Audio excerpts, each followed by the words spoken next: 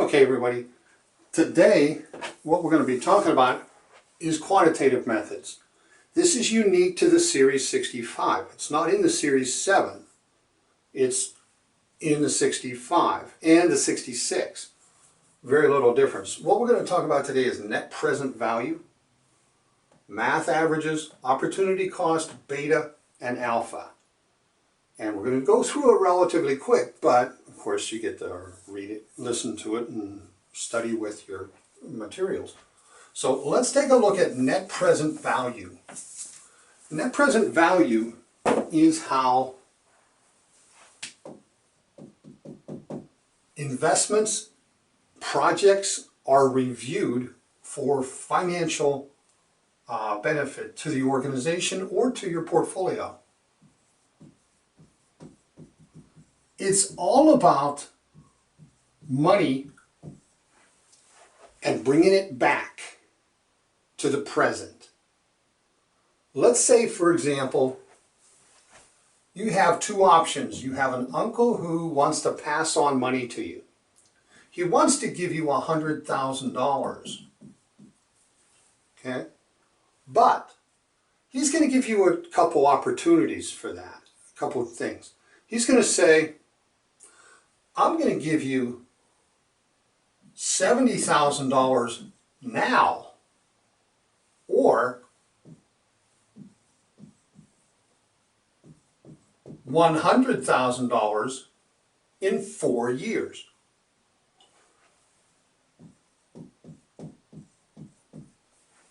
Okay?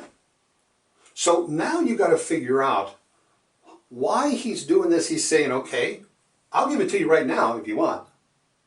But if you hold on for 4 years, I'll give you $100,000. So what we need to learn is, what's the IRR? IRR, internal rate of return. So we got to figure out how we can get what the 70,000 is equal to in return. So what I have for you right here is a present value of $1. And we have a 4-year period, right? So go down the 4%, or go down the 4 year over the 4 years. Here's the 4 years, or the 4 periods, and try to find 0.7. Because if we multiply 100,000 by 0.7, we get 70,000, right? But what we got to do is we got to take this $100,000 and we got to take out the IRR, internal rate of return, so that it equals 70,000. Okay? I'm looking at the table for 4 years, and I'm going across, and I hit 0.70843, and it's at 9%. So I'm going to call that 70%. But it's, or $1,000. But it's at 9%. What's happening is every year we're taking 9% out. We're taking 9% out. So if we take 9% out for the first year, what do we got? We got 91,000, right? Okay, that's 1 year. Let's do it again. And again. And again. And then we're going to come up with 70,000. So the question is, can this person make a better return than 9% on his money? Can he hold off? What if it was 80,000? Then the internal rate of return is going to change. We got to find 4 years that brings it to 80,000, and that's at 5.5%, maybe somewhere in between 5.5% and 7% and 6%. So 5.75%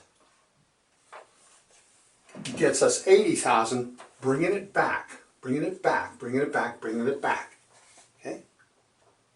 what this is saying is a person who can get 5.75% is going to have 100,000 in the future in 4 years.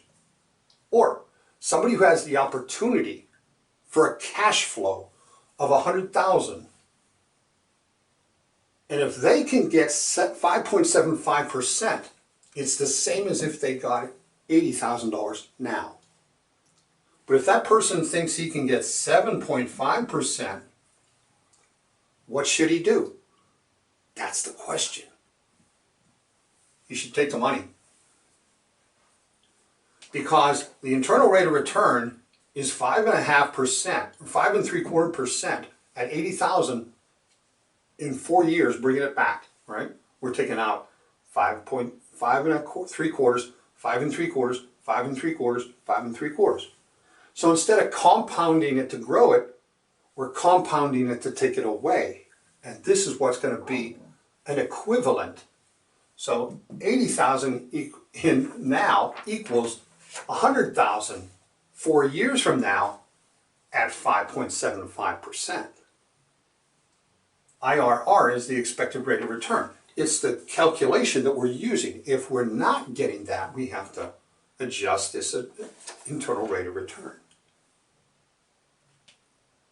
So if he can get 7.5, yeah, he should take the money right now. Because when he gets 7.5, 7.5, 7.5, 7.5, he's going to have more than $100,000. That's net present value and future value. Future value is taking the money and then compounding it to the bigger number. Net present takes cash flows. Corporations evaluate the cash flows on their investments. Okay? That's net present value. Now, what we need to talk about now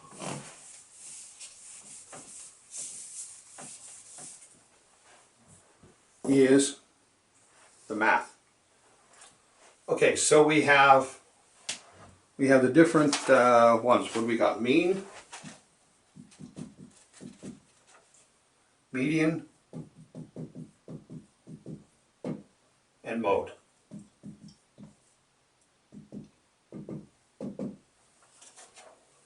Seven, 12, 19, 8, 11, 6, 9, 4. Add them all up, 2, 4, 6, 8, and divide by 8. That's the mean, okay? That's the mean. You're adding all the numbers up and you're dividing by the number of numbers in there, and that's going to give you the mean average. The median average is you put it all in order. What do I got? I got a 4, I got a 6. Now let's add another one. 10. Because we want 9. We want 9. We want an odd number of numbers. It's easier to figure out the mean, right? So what do we have? We have 4, 6. We're going to put them in order. We got a bunch. It goes 7, then it goes 8, 9, 10, 11, 12, 19. Okay. There's your median. What's in the middle? What's in the middle? There's 4 on this side, there's 4 on that side, this one's in the middle. So the mean equals 9. And then the mode. There is no mode here. So let's make a mode.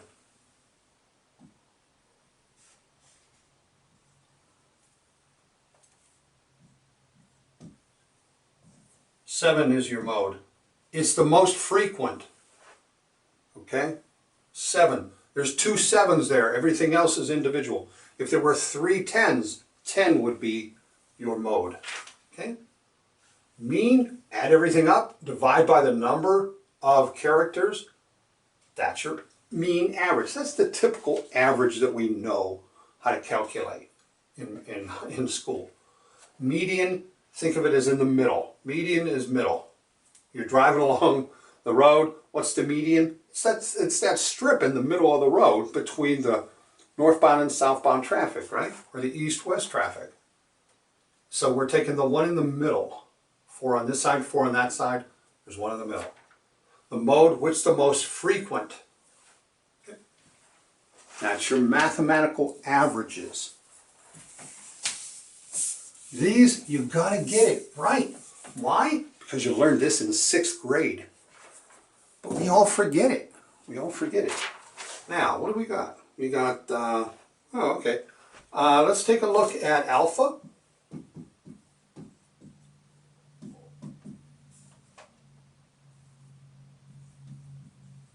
Just know this. Number 1 equals a great fit.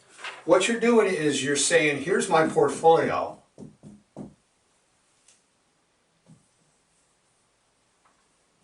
How does that fit in there? How does that fit in there? I want it to do this and this. Will this do this for my portfolio? A 1 means, yep, you got it right on the button. A lower number, less of a fit, less of a performance. Overperformance would be greater than 1. Not rocket science. It's how a individual security fits within the portfolio doing what it's supposed to do.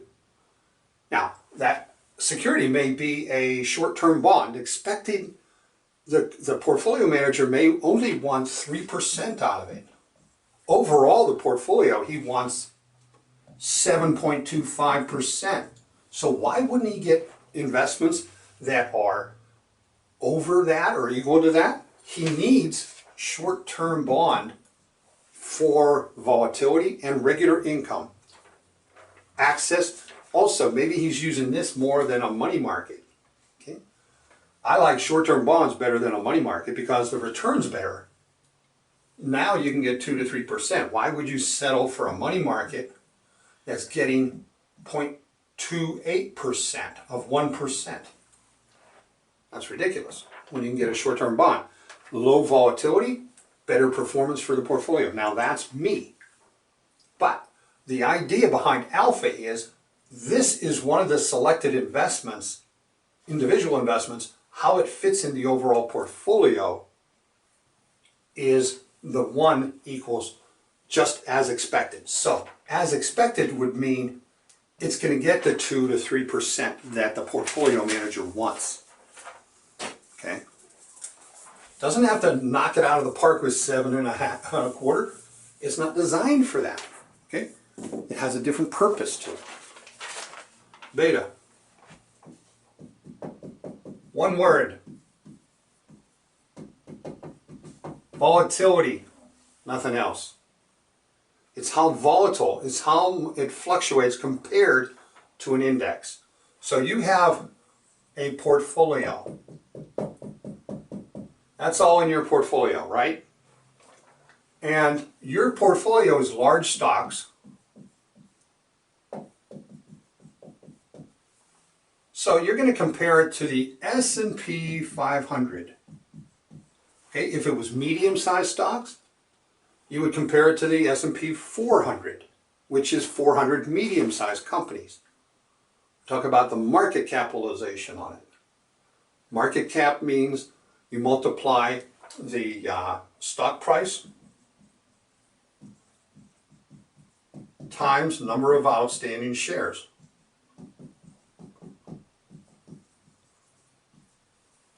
That's market cap, market capitalization. So this portfolio compares to the S&P, and the beta equals 1.2. Okay? What is this telling me? This tells me that it moves in the same direction. It's a positive number, so it moves in the same direction as the S&P 500. Well, you're saying, well, of course it does. No, it doesn't. If it has a negative beta, it moves in the opposite direction. And people will invest in a negative beta if they're concerned about the market performance. Okay? or they have too aggressive a portfolio. They like their portfolio, but it's too aggressive, so they'll get a lower beta or a negative beta just in case. So, looking at the beta, if the S&P it's expected to do 12%. Okay? If the S&P in the next 12 months is projected by analysts to do 12%, then all you have to do is do this. 12% times 1.2. And we know that to be 14.4%. That means your portfolio is expected to do 14.4%. You have a beta that's more volatile and aggressive than the S&P 500 by 1.2, or 20% more aggressive than the S&P 500, getting you an expected return. It doesn't mean it's guaranteed, but in the past it's followed at 1.2. You're expected to do 14.4. Now, you hear news on the S&P and they're saying large stocks are expected to go down now. Well, then you got to change gears. And what is it expected to do? Maybe they say, okay, only expected to do 4% this year now. Okay, so the next 4 years, next 12 months, 4 times 1.2. You're expected to get 4.8%. Okay? That is beta. Volatility. If you see beta in the question, look for the answer as being volatility somewhere. It should be. Or, of course, they're going to ask you to do the calculation that I just did. Opportunity cost is my last discussion here. And I'm not going to give it to you as an investment. I want you to use your brain. I want you to think about things. Opportunity cost is A or B. What do I do? A or B. I have the option between two investments, okay? We're going to take it as a trip instead.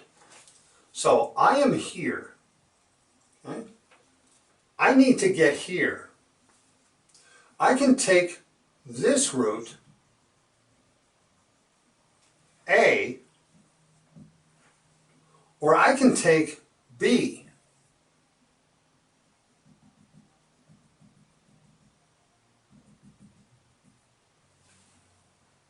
And here's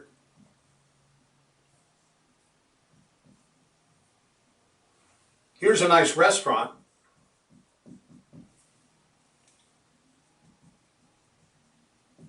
They have the best apple pie and a nice waitress that you always like to see. Plus, they have all these gorgeous scenery, mountains on this side. This is flat as a pancake and boring. But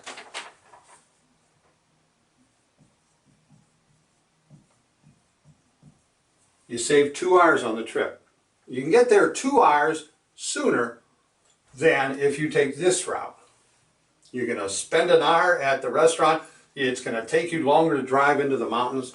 So, opportunity cost. What's the opportunity cost of A? If I go with A, what's my opportunity cost? B. No restaurant, no mountains. Okay? That's the opportunity cost. What you lose by not taking route B. What's your opportunity cost for taking B? Taking this road, getting the apple pie, seeing the waitress, seeing all the nice scenery. 2 hours. That's your opportunity cost. You lost an opportunity of 2 hours savings. Okay? Take this route, you lose the opportunity of that apple pie, of meeting that waitress again, and of seeing all the nice scenery. Opportunity cost. That is Series 65, Quantitative Methods, and a few other items.